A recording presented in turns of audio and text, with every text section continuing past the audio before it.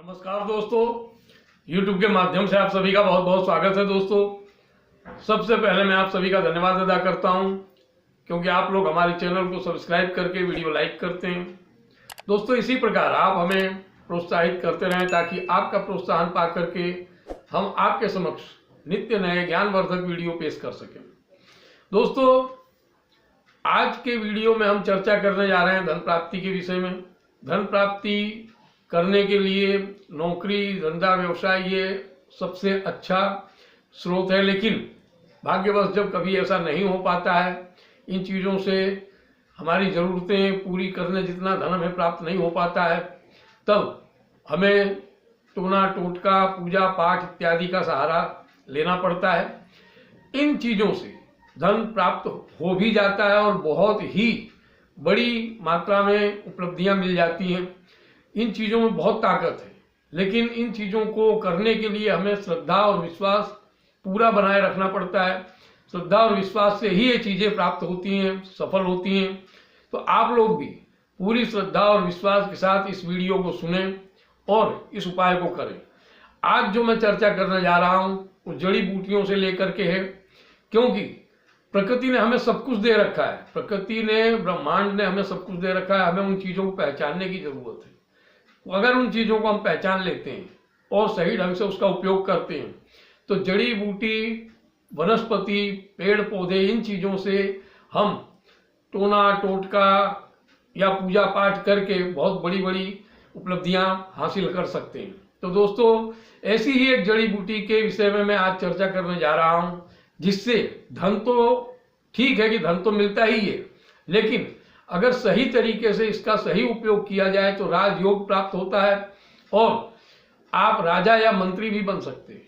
लेकिन इसमें मैंने आपको जैसे कि बताया है कि ये सब चीज़ें विश्वास पे आधारित हैं। विश्वास और श्रद्धा के साथ इसके पीछे पूरी लगन से हमें उपाय करने पड़ते हैं। तो दोस्तों, ऐसी जड़ी बूटी है जिसके विषय में चर्चा करने में जा रहा हूँ। इस पौधे का नाम है सहदेवी का पौधा। सहदेवी का पौधा, इसे आपको रवि पुष्य नक्षत्र में लाना है। अगर कोई बड़ा काम करना है तो, कोई आपने बहुत बड़ा काम, अगर राजनीति क्षेत्र में है और उसमें आपको बड़ी उपलब्धि चाहिए तो रवि पुष्य नक्षत्र में आप लेकर के आइए इसे। रवि पुष्य नक्षत्र में अमावस्या या पूर्णिमा हो तो आप लाइए और इसका जो ऐसा मैं बता रहा हूँ उस तरीके से आप उपयोग कीजिएगा। लेकिन अगर सामान्य रूप से आप धन वैभव वगैरह प्राप्त करना चाहते हैं तो किसी भी दिन आप इसे ला सकते हैं और किसी भी दिन इसका मैंने बताया अनुसार आप उपाय कर सकते हैं और इससे उपलब्धियां आपको जरूर मिलेंगी, इसमें कोई दो राय नहीं है दोस्तों। तो इसे करना क्या है कि एक दिन पहले जब भी आप लेने जाएंगे उसके एक दिन पहले शाम के वक्त सूर्योदय से पहले जाकर के जल चढ़ाएंगे। इस पे पौधे को पहले ढूंढ करके कि ये यहाँ पे है, वहाँ जल चढ़ा करके अनुमति मांगेंगे कि मुझे इस कार्य के लिए आपको अपने घर ले जाना है, तो कृपा करके आप मेरे घर आने की कृपा करें। इस प्रकार की अनुमति मांगी जाती है, क्योंकि वृक्ष जो है, पेड़ पौधे जो है, वो भी जीव सृष्टि है, तो उनसे आप अनुमति लें। इसके बाद दूसरे दिन आप सूर्योदय के समय ही पहुँच जाएं। पहुँच करके उसे गंगा जल से स्नान कराएं। पौधे को गंगा जल से स्नान कराएं।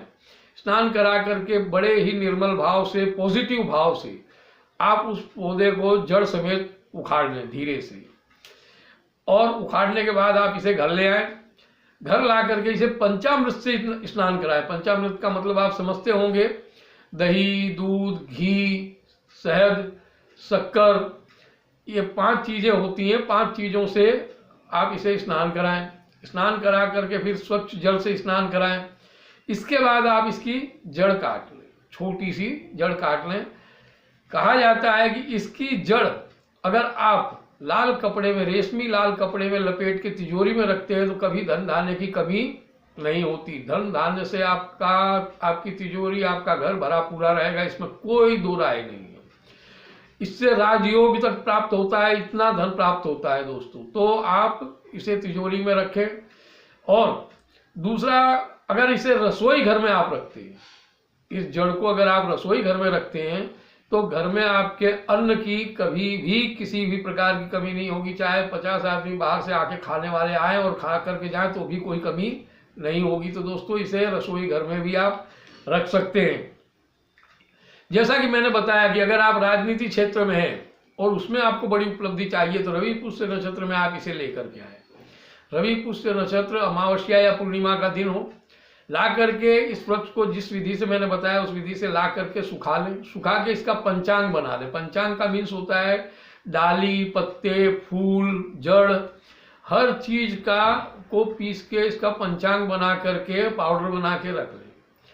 पूजा करें, इसकी पूजा करके और अपने पास रख लें। और इसको आप जो है कभी भी कहीं पे भी भाषण करने जा रहे हैं, आप वक्ता हैं, भाषण करते हैं, नेतागिरी में है तो भाषण भी करना पड़ता है, या और कहीं भी किसी भी क्षेत्र में जहां आपको बोलना पड़ता है 4 आदमी के बीच में, तो आप जबान पे इसको रख के जाए। इससे वाक्य सिद्धि प्राप्त होती है, वाक्य सिद्धि प्राप्त होती है। और जहां पे भी आप बोल रहे होंगे वहां पे जो भी लोग बैठे होंगे वो बहुत ही ध्यान से आपका भाषण सुनेंगे, एक ध्यान से होकर के सुनेंगे, निरंतर सुनेंगे, उसमें कोई दो राय नहीं है। इसका ये योग ही ऐसा बनता है कि इससे ये सब उपलब्धियां प्राप्त होती हैं।